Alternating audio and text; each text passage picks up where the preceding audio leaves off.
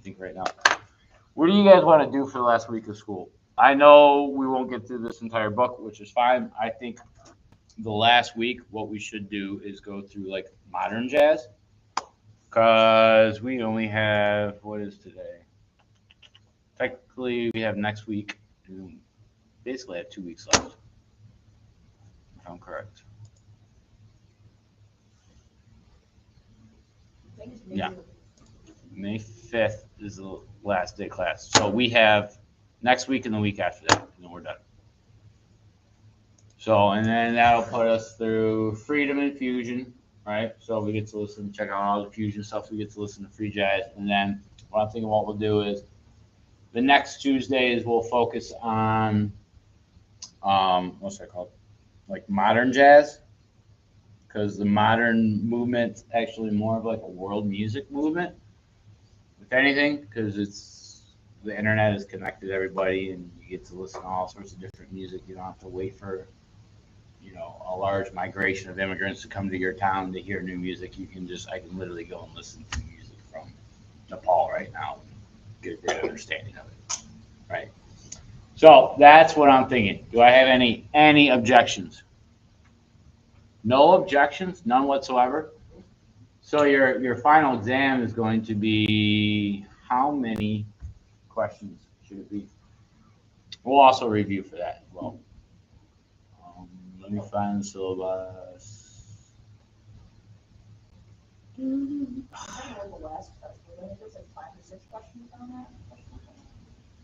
No, I think there's 20 or 10. Yeah, it's and I'm a little underscored on this. Yeah, you are. Okay, I'm sorry, I'm having. I say we do 50 questions. Nah. Nah. Yeah, that would be way too much for all. That would be a lot of stuff different thing for us and for you to try and go over. Oh, I have no problem. I already have a test written up. My former professor gave me one. So it'll be due, what's that? Is it 50 questions? Yeah. Mm-hmm. That's why I said 50. No, I'm messing with you guys. There'll be probably 10 questions. And it'll go over some of the previous chapters. And again, you guys remember how we review for quizzes here? How do we review for quizzes here? We go over them and then we have to try and actually guess the question, guess the answers, and participate. Then once we do that, if we do well, then you give us the study guide. Mm-hmm. Seem fair? Yeah. Right. Okay, so yeah, actually looking at because we're pretty much on point for where I want to be through the syllabus. So good, I was kind of freaking out for a little bit, but not anymore. So with that said, is everybody okay? You get stressed out of your minds? Who's not stressed?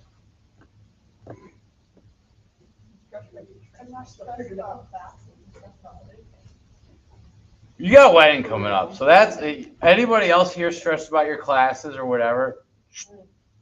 Weddings are. You're not stressed? No, I am stressed. I thought that you know. Okay, take a deep breath. Say Goose Fraba. What? Goose Fraba. You know what I'm talking about, right?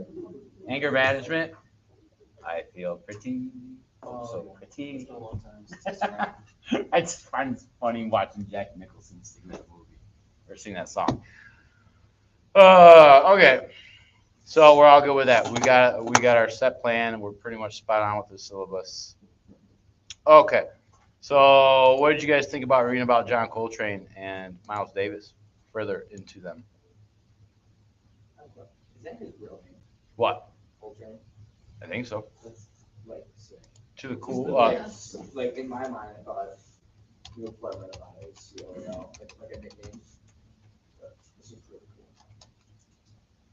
I feel bad when you're like doing drugs or something else there.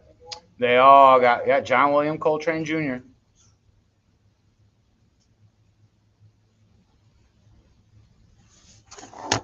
Air conditioner is named after him because he's so cool. Dad joke of the year. All right. So, all right, moving on. Train, Evans, Dolphy Rollins, all this fun stuff.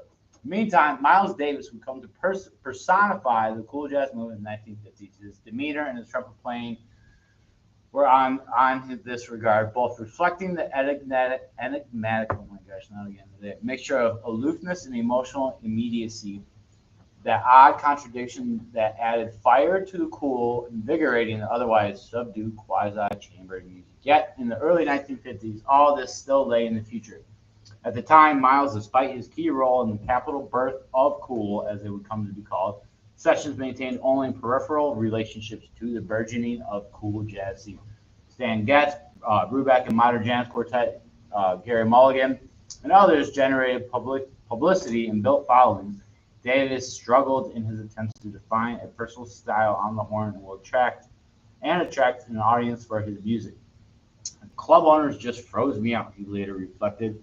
Wasn't no gigs happening for me. After the breakup of his non-net, Davis traveled to Paris with a combo led by Tad Demeron, great piano player. In this band, Davis returned the bop-inflected style promulgated during his stint with Charlie Parker.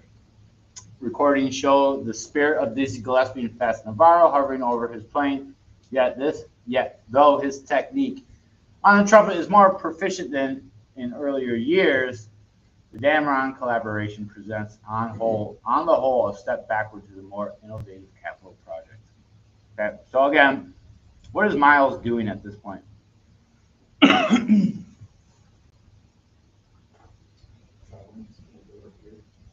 Yes. What else? Trying to find the style. Trying to find his identity, right? Because he was just at first just following the trend of what bebop, Charlie Parker, Dizzy Gillespie, and all those guys, right? Which is fine. But if you want to find your voice, you got to find your voice, right? Returning to New York in the summer of 1949, Davis fell into a deep depression. He had left behind a promising romance with French actress Juliette Greco, the first woman that I loved as an equal human being. She taught me what it was to love someone other than music. Kind of sad and also romantic, which now left him emotionally numb. Moreover, the racial divisiveness of post-war America stood in stark contrast to the more open attitudes he had experienced in France. Finally, few opportunities to perform and record were coming his way. While many of Davis's former bandmates were enjoying success in the new cool movement, in the face of these various problems, Miles fell under the sway of heroin. The next 4 years, drug addiction would afflict him, physically drain him financially, and limit him artistically. Okay. So Miles Davis not only had an issue with heroin, he had an issue with psychedelics later on, and then in the 70s and 80s, if you listen to his music, it is quite evident that he was highly influenced by nose beers, cocaine. No, that was the 60s and 70s, right? 70s and 80s, he was wildly addicted to cocaine. It is scary. If you look at him when he was like just a pothead and tripping and stuff, and see him after he found cocaine, oh boy, it is a stark because he was a very good looking man, and then he looked like a skeleton. It was sad. All right, around this time, Capitol Records contributed to the trumpeter's reputation by releasing the earlier non-net recordings on a long-playing album, titling them Birth of the Cool. For the first time, it was Davis's unexpected success at the 1955 Newport Jazz Festival that galvanized his following and spurred Columbia, the most powerful record company in the world, to sign the trumpeter to a contract. Davis had been listed on the festival program, but he was added at the last minute in the All-Star Jam. I tried finding the recording of it, but I couldn't find it. Miles sustained the hubbub following the Newport appearance. What's the fuss? He seemed to say, I always play that way. In truth, Davis had made a remarkable artistic leap with few counterparts in the history of jazz. Some months earlier, Davis had recorded Round Midnight. Did I pull that up? No, I did not. So let's listen to Miles's Round Midnight real quick. Come on.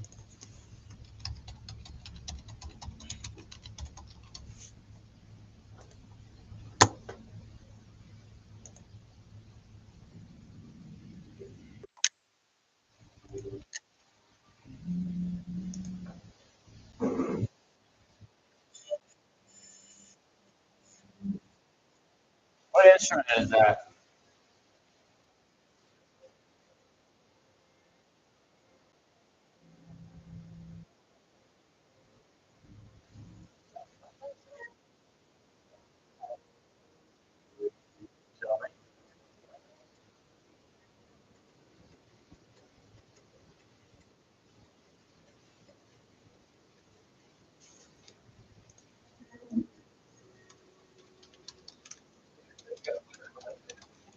Say it again.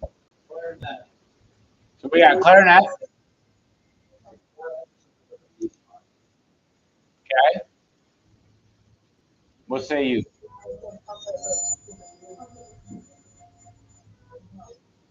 Trumpet with a mute. Oh, where'd it go? So how would you describe this music?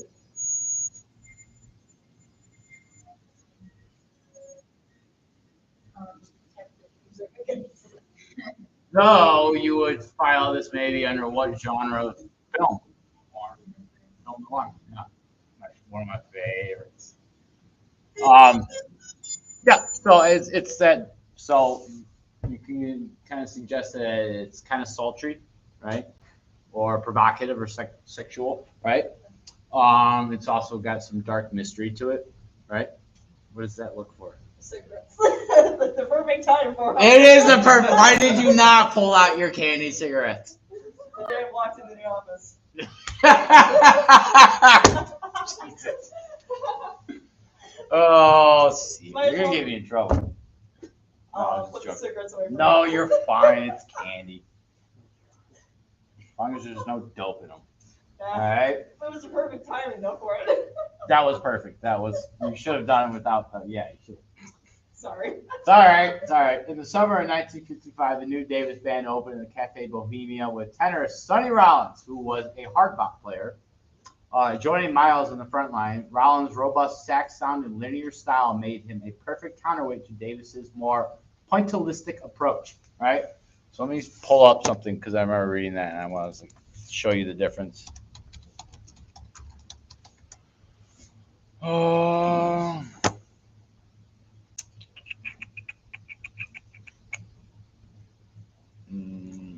So he played more like a bebop player, more of a scale-wise, like so ascending and descending scales with chromaticism, right?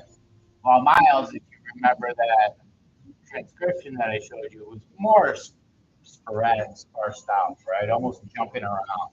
Okay, so that drastic difference between the two soloists is it's really good because it gives you a breath of fresh air when you're listening to the solos, right? So the Rollins, however, like Miles before him, this is also what genre of film would this suit? I'm assuming like a techno. Film noir. Oh, it's an interlude, okay? Oh my God. All right, no, I'm joking. Rollins, however, like Miles before him, soon left the New York scene to break himself of his heroin addiction. Seeking a replacement, Davis briefly tried John Gilmore before settling on John Coltrane. In time, Coltrane would be revered as the most influential saxophonist of his generation, but Miles brought him onto the band. Coltrane's reputation in the jazz world was modest, built on a few low-profile gigs with limited chances to solo. So, Miles gives John Coltrane his big break. Now, one thing about Coltrane, he always said this. Nobody else said this. He would say this about himself. He was not a talented musician, but he was a hard worker. Just like Charlie Parker, he spent a lot of time in the woodshed. You guys know what the woodshed is? Very popular, like when, professor or my teacher or whatever would say, time to go to the woodshed. Don't come out till you have it. So back in the day, in the 40s and 50s and stuff, everybody burned wood, right? And you had a shed where you kept your wood. So that's the woodshed. That's where you had your solitude. If you have a question. It's like the practice room. Yeah, it's the old school practice room, right? Because most people were still living in like 1 or 2 bedroom houses and with like 5, 6, 7, 10 people, right? So you didn't have the luxury of a practice room, so you had your woodshed, right? So sage out the bush, and that's where Charlie Parker came up with all of his ideas. Coltrane was a practice room fanatic, obsessed with constantly improving and expanding his skills. Davis had heard him a few years earlier and had only distinctly unimpressed, but now Coltrane was poised to challenge Rollins and Getz, then established as the leading modern jazz tenor saxophonist. Once again, Davis, like his mentor Charlie Parker, sought a frontline player with a contrasting style to his own. The newcomer filled his role with perfection. Coltrane's elaborate solos conveyed a restless urgency. Here and follow on. All right, so we got to listen around midnight now. I already had it pulled up. What is wrong with me?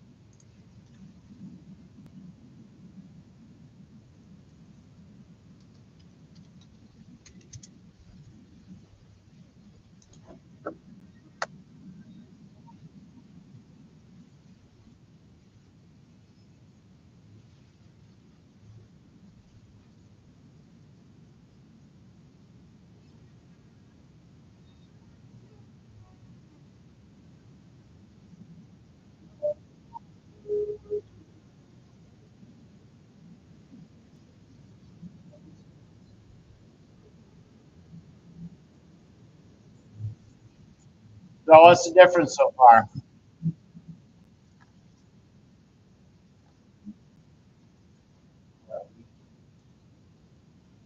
Very clear. What else?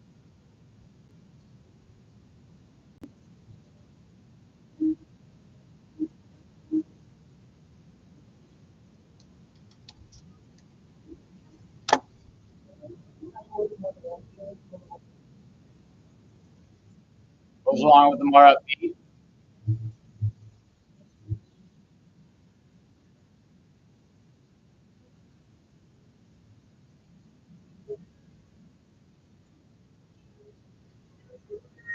A different approach, more linear, more chromatic scale wise, right? So the contrasting styles is kind of like who here likes Alice in Chains? I better see more hands, people. Right? The contrast, yeah. Right? So the contrasting vocals of who's this original singer, or the main singer of Alice in Chains, and the other, come on, guys, Jerry Cantrell. Right? The contrasting vocals that they had, the harmonies, the different styles that they had, right? Really set them apart from the other grunge era bands. They could actually sing. Yeah, one guy, right? Who's that? Yeah. And the other guy who's just absolute trash and garbage, who was Kurt Cobain. Okay. And then, of course, Chris Cornell was amazing. Did you ever hear the joke about Kurt Cobain's eye color? What color were his eyes? Oh, blue. One blue that way. Oh, Jesus. It's past 25 years, so I can make the joke. All right. Sorry. Yeah, I had to. What? I'm surprised I've never heard that one. It's a good one. James Hetfield told it right after it all happened. And did you hear what Dave Mustaine said when after Kurt did that? Oh, man, he goes, I heard I never cared for his music, but I heard he's a really good shot. All right. Okay. So aggravated by Coltrane's heroin addiction, sent the saxophonist packing the joint Thelonious Monk Quartet. All right. We got to see who Thelonious Monk is. Question is, who is the loneliest monk? Anybody get it? The loneliest monk? I got dad jokes for days, guys. Come on. He says, please. Can I make a joke, please? Go ahead. Under what? Have you ever been to a bar and ordered a Nirvana? No. Yeah, it's where you just shotgun a rock star.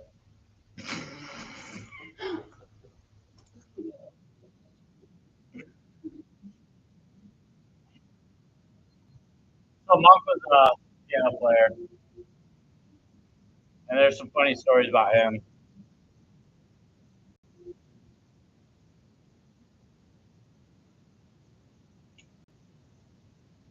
I can't think of the song that. Oh,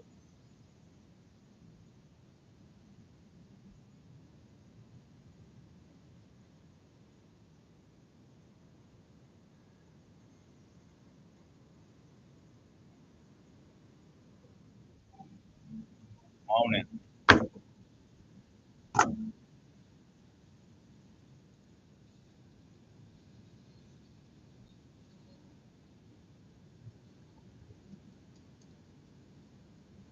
Oh, Domingo. Oh, it's Monk.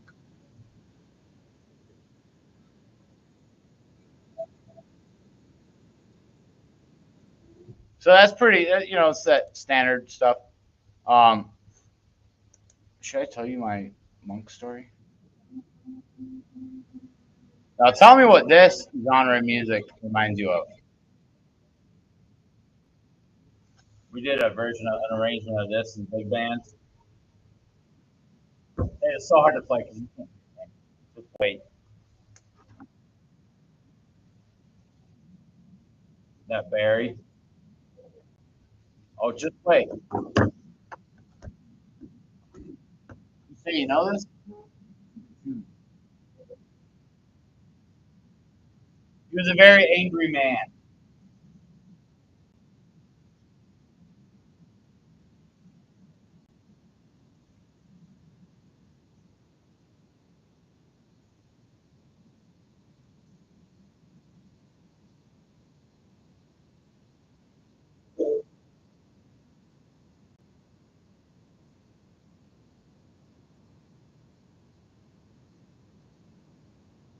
So it just becomes chaos. Very angry, groovy, but you're just like, I remember sitting there just doing 4 on 4, like, what is going on? I can't, where am I? Like, listen to the bass. I'm just sitting there staring, what's going on?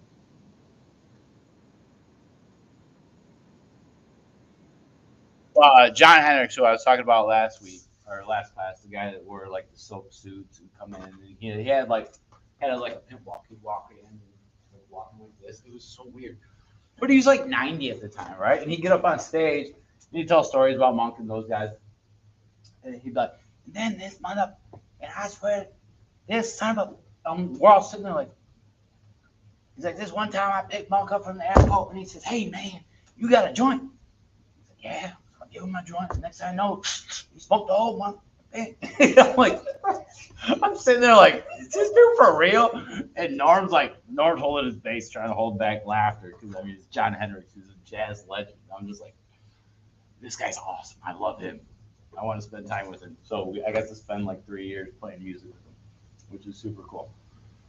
So moving on, Coltrane and Bill Evans and stuff like that. So Coltrane got off the dope for a while, rejoined the trumpeter at the close of '57. Coltrane had undergone a dramatic personal rebirth during his time away, and now had forsworn tobacco, alcohol, and narcotics. Moreover, he was now widely acknowledged as a rising star in the jazz world on the strength of his work with Monk and Davis, as well as his first recordings under his own name.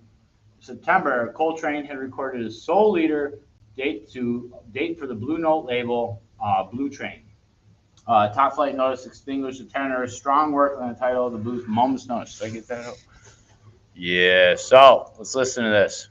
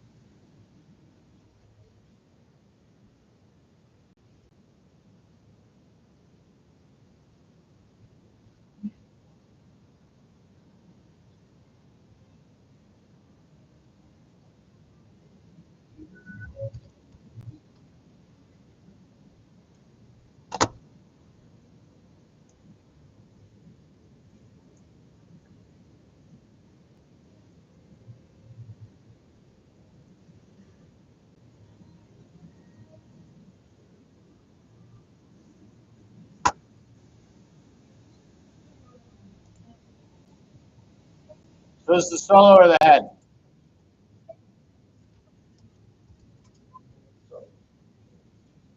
Good.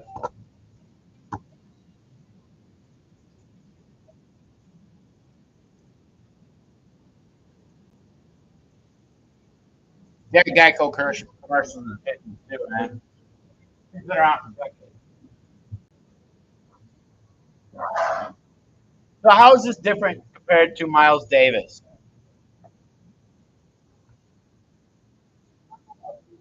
More upbeat,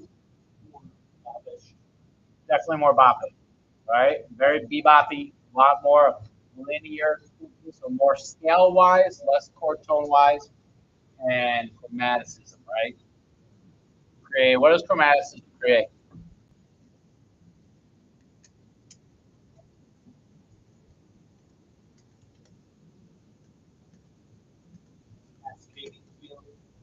Okay. Tension and relief, right? That tension building up to that note, and then when you hit the note of resolution, right? So those are what's important when it comes to that stuff. Okay, now we get into Bill Evans and all when we start getting into like extreme sense of harmony. This also changed the addition of Bill Evans shortly after the Milestones date brought, in Davis's words, a quiet fire to the group.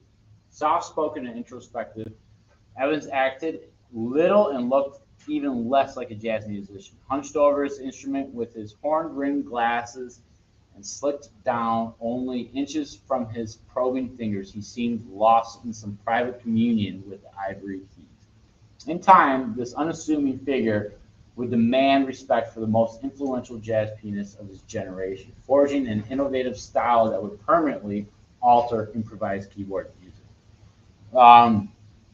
So he studied music in Southeastern Louisiana University, focusing on piano, flute, and harmony.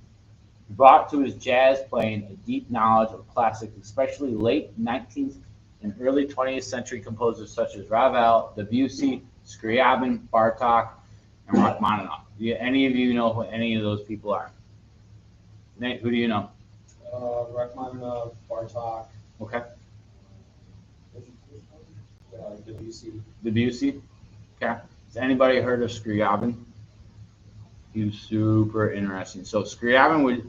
Has anybody ever heard of synesthesia? Is that one ballet piece? Jessica, what is synesthesia? It's when you associate music or other things with like colors. Mhm. So you see colors when you hear music. And when he would compose, he would give, the piano player playing purple. Right. Exactly. Right. So then to me, each note and each chord has a relevation to a color. Right. So colors and chords and stuff. So if I say play purple, I know what to play. I play D minor. Right. Or F major. Those are the colors that are purple for me. Right.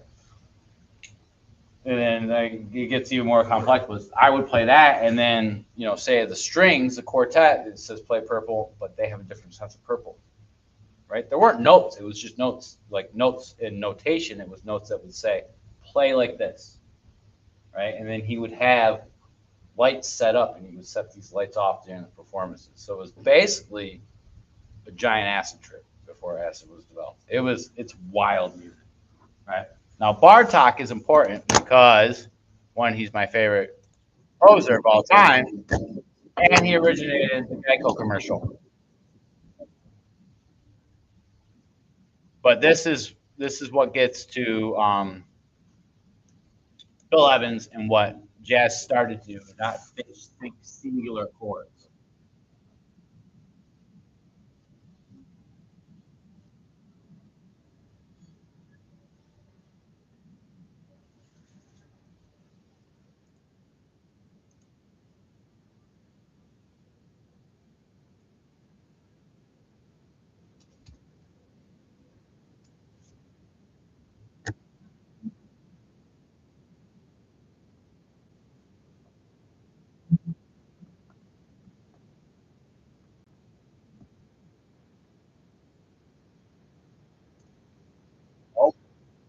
Okay, so what does that remind you of?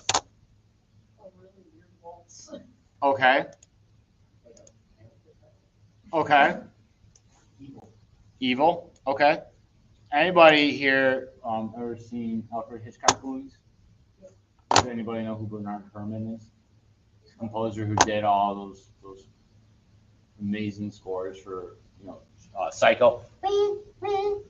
That's that. He did all that stuff, right? So I'm going to show you some Scriabin, which is of the same sense.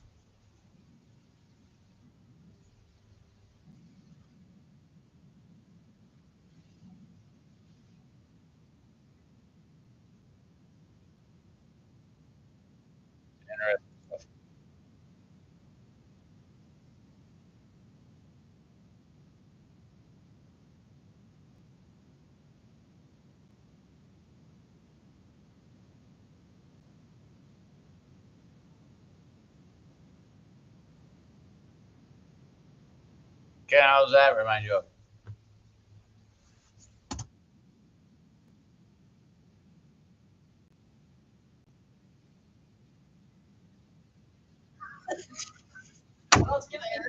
Okay. Okay. So scary, right? A lot of tension, right? So these guys thought they didn't think one chord, right? So we saw that earlier jazz stuff with Charlie Parker and that they were using G's, G major 7, G minor to F to all that, right? These guys don't think that way.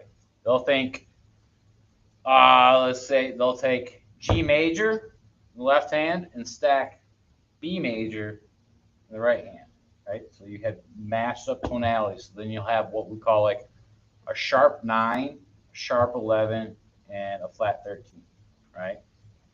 Which gives you very contrasting, clashing tonalities, right? And then, but the beautiful thing is you can resolve them very easily, right? You have sharp 9, flat 13, sharp 5. It's a lot of altered notes, and that's what Bill Evans was adding to all this stuff. So he borrowed from all these Western classical composers, right? And did all that. So it says Evans refined a comprehensive and systematic understanding of voicings derived primarily from the French Impressionist composers, which made extensive use of 9th, 11th, and 13th chords. At times, Evans would craft richly layered block chord solos, as on the Davis recording of On Green Dolphin Street. And here it is.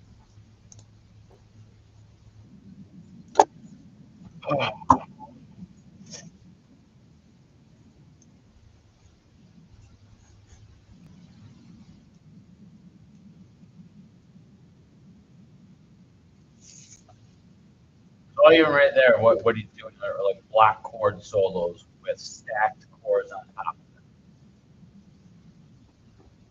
So in theory, music theory, you would have C major, right? And then you would take, let's just do D major. Uh,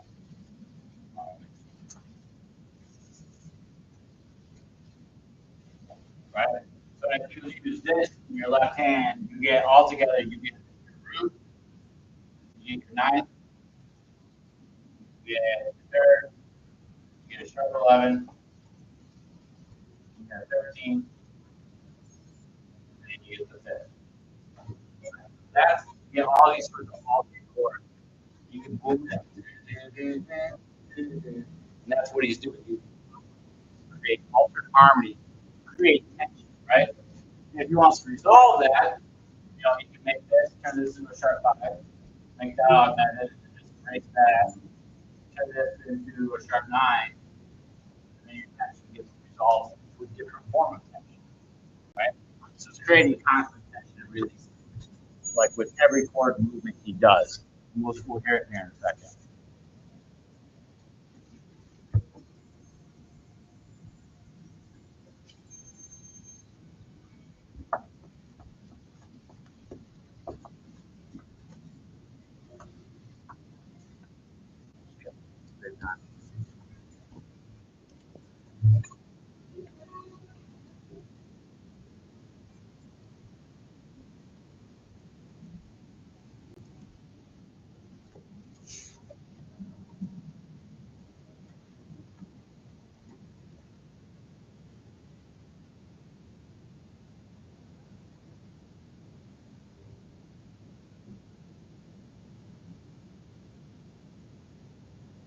Hear that?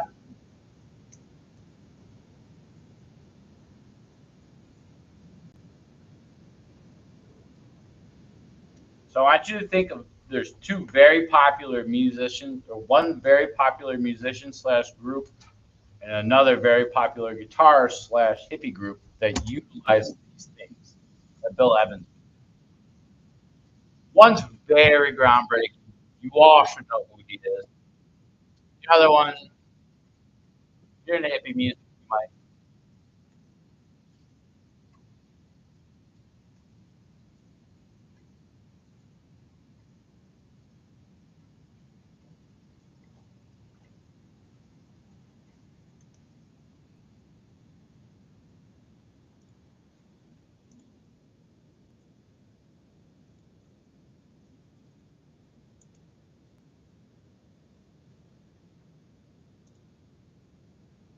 Anybody think of him yet? Nope.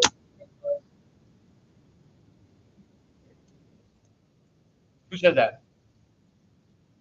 Yeah. So in the early ages of the Grateful Dead, you had Jerry Garcia, solid guitar player, great lead player, and great rhythm player.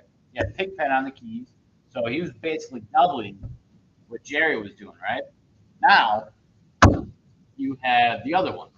Right? Do you know who the other one is? Do you know who it is? Bobby. Right. So Bobby, another guitar player and singer, was like, well, what do I do? So he started doing these stacked chord ideas, taking the upper extensions of the chords that Jerry and Pigpen were already playing and added tension and more color to them, right? Brilliant idea. Now, the other one, who grew up watching Charlie Brown? Peanuts.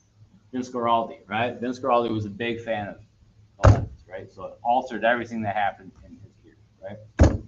So Evans' melody lines, which employed altered ninths and sharp 11ths, the way earlier jazz pianists had used blues notes to add color, tension, and release improvised phrases, right? Tension and release, tension and release. Music is very dull without tension and release. I've been listening to a lot of the band Korn. Anybody familiar with them? Lots of tension and release in their guitar playing. Those guys were geniuses, like self-taught geniuses, I swear. He also used the frequent use of triplets. Does anybody know what a triplet is? What's a triplet, Easton? Okay. But how do you? So it's like a grouping of three notes for one beat. So it's like we utilize it as like triplet, right? We'll hear it a lot. Does anybody know what 3 against 2 is?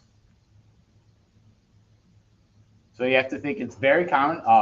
3 against 4 is one of the most popular rhythms in pop music right now. This was a few years ago, but like 2 against 3 is this is playing 3, this is playing 2, right?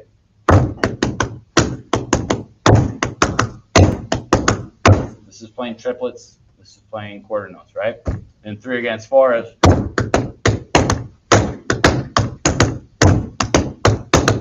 right? You'll hear that all the time in pop music, at least 5 years ago. So he utilized all that stuff. So you're talking one cat who took stuff from classical composers of the Romantic era and utilized it and put it in jazz. Like I said earlier, he was basically a classical composer that just swung. The free against 2. Mhm. Yeah. Similar to the album segment, the intro. Ooh, Very wow. close to that. Yeah. Also, yeah, it's a very common thing. Everybody heard of this band? Yeah. What? Yeah. Did you go to Chicago and see them? No, I saw them in Detroit. When did they play Detroit? Like a month ago. And you did not invite me out of my classroom right now, young lady. This is not a funny situation. These guys are Oh, I amazing. thought you were pulling up Disturbed. I saw Disturbed. Oh no, I've seen Disturbed. No. These guys. That's Aurora. She's got a beautiful voice. She's Swedish. These guys are all Swedish. Does everybody watch the show Vikings? This is that he does a lot of soundtracks and he's actually in it. Yeah, this stuff gets you pumped to go brutalize some people, man.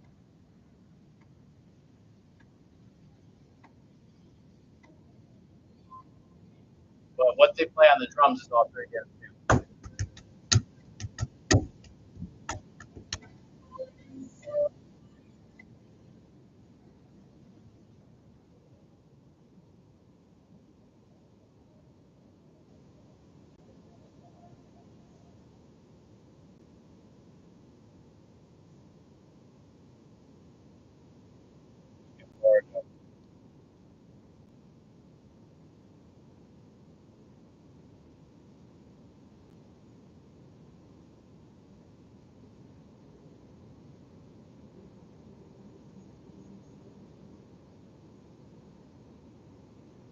This guy's really cool. He takes like old Viking, Nordic, Celtic instruments and repurposes them. Envisions what he would think that Nordic music sounds like. They didn't write. They had no writing. So this is all three against two. And you can simplify it by saying not, not, not, not. Right? So these guys are amazing. I want to see them live so bad. Now, Down with the Sickness.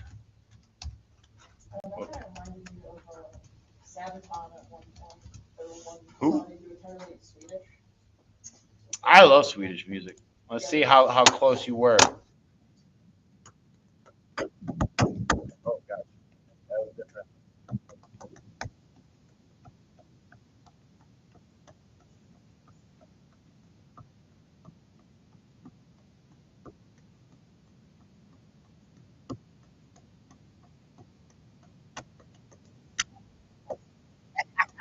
Ooh, wah, ah, ah. David Draven. I'd like to see him argue Billy. Oh gosh, what's the guy from Green Day? Joe Armstrong. Yeah, because they have very different political views. Oh, okay. How influential was Bill Evans? A survey of 47 pianists conducted by Gene Lees in 1984 found that Evans ranked second to only Art Tatum as the most influential artist in the history of jazz keyboard music. It is worth adding that Evans ranked first when these same players were asked to choose their personal favorite. As the host later, Davis keyboardist also showed Evans' influence, especially Herbie Hancock and Chick Corea. Herbie Hancock, not to be confused with who? Anybody see Tommy Boy?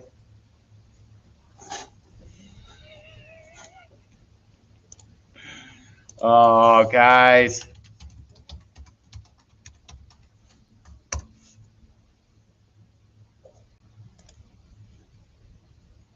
It's Facebook. Go away.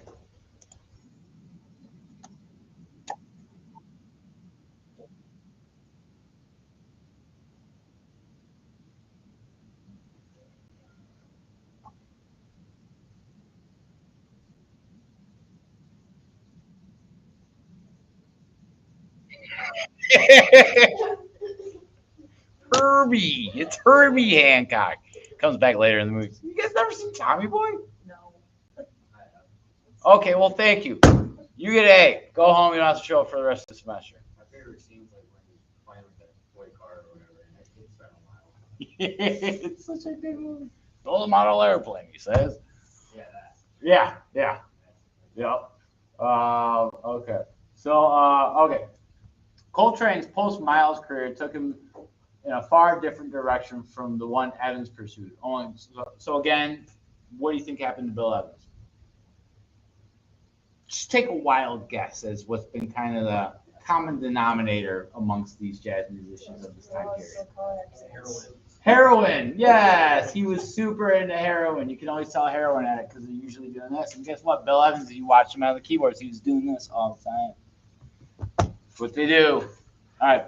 Coltrane's, well, yeah, we already did that. Only a few days after the final kind of blues session, Coltrane entered the studio for a leader of the Atlantic label. The resulting Giant Steps release would rank as the tenor's most commanding recording to date. This music stood at the opposite end of the spectrum from the Davis modal work. In many ways, the title track represented the epitome of chord-based jazz material. With its difficult progressions, played at a rapid pace on this number, pianist Tommy Flanagan falters noticeably, and who can blame him? Unlike Coltrane, he had not had the benefit of practicing in advance. But the tenorist shows no hesitancy, handling the changes with ease. On a closer examination, much of Coltrane's work on the solo is based on a simple pattern, employing the first four notes of the pentatonic scale. Remember that? Pentatonic scale over each chord, right? And the seamlessly noble harmonies are borrowed in large part of the bridge of the Old Rodgers and Hart standards. Have you met Miss Jones? Have you met Miss Jones? So, embrace yourselves. Wait, I tagged. Oh man, what is wrong with me? What is it? I can't even think. There we go. Thank you.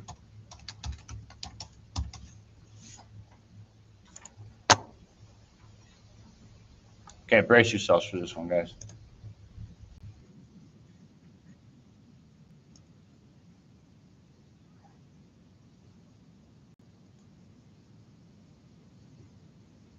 The audio's terrible. That was one I just played. Hold on.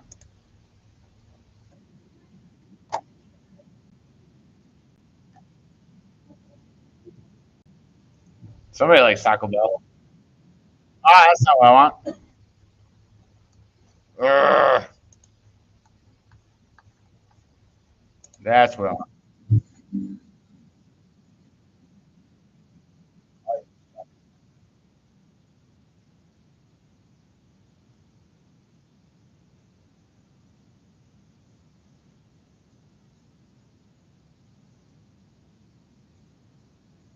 Can you hear those changes flying by?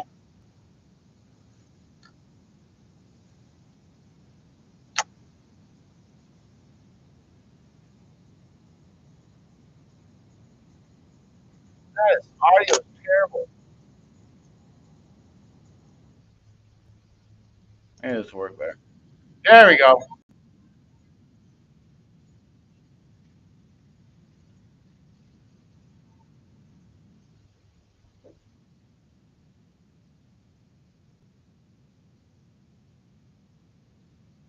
Or this more progression.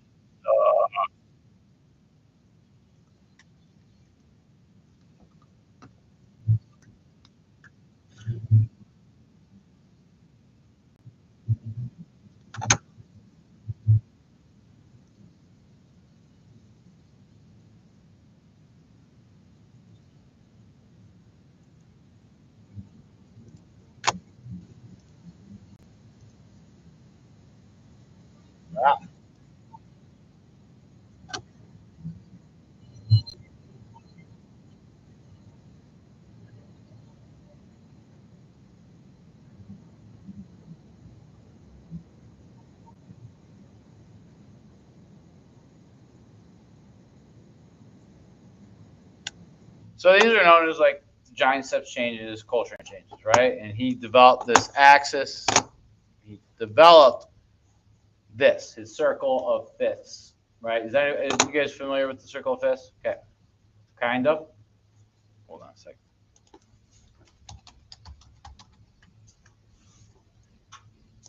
Circle of fifths, circle of fourths. Come on, don't keep.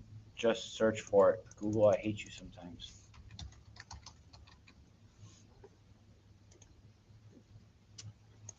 Boo, boo, boo, boo, boom, boom, boom. So that's the circle of fifths, right? Moving clockwise, the chords move in fifths, right? C to G is root to fifth, G to D is root to fifth, D to A is root to fifth. Now, if you move counterclockwise, it's called the circle of fourths, right? C to F is a fourth, F to B flat is a fourth, B flat to E flat is a fourth, A flat to D flat is a fourth, and so on and so forth, right? They all represent their key signatures, and they all have the relative minors underneath them, right? So it's a pretty simple way of looking at music theory, right? The foundation of music theory. Now, Coltrane learned how to connect the dots through all of these, like how to get from A flat to D and A flat to C and make it work harmonically, right? For years, he still is to this day, is like cheered as the founder of this harmonic progression, right? However, remember, he spent time with who? Who was his piano player? Yes, and what was Bill Evans? Oh, come on. Go bigger. How do I make this bigger? Control plus. Look at you. Ha ha! We call that the Bartok axis theory. Look familiar? It's connecting all these different key centers.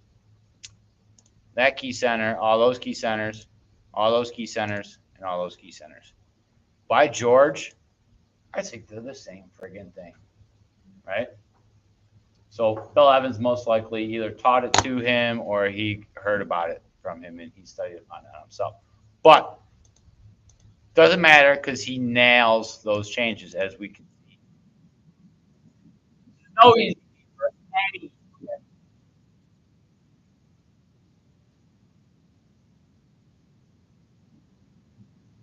Very listening impression.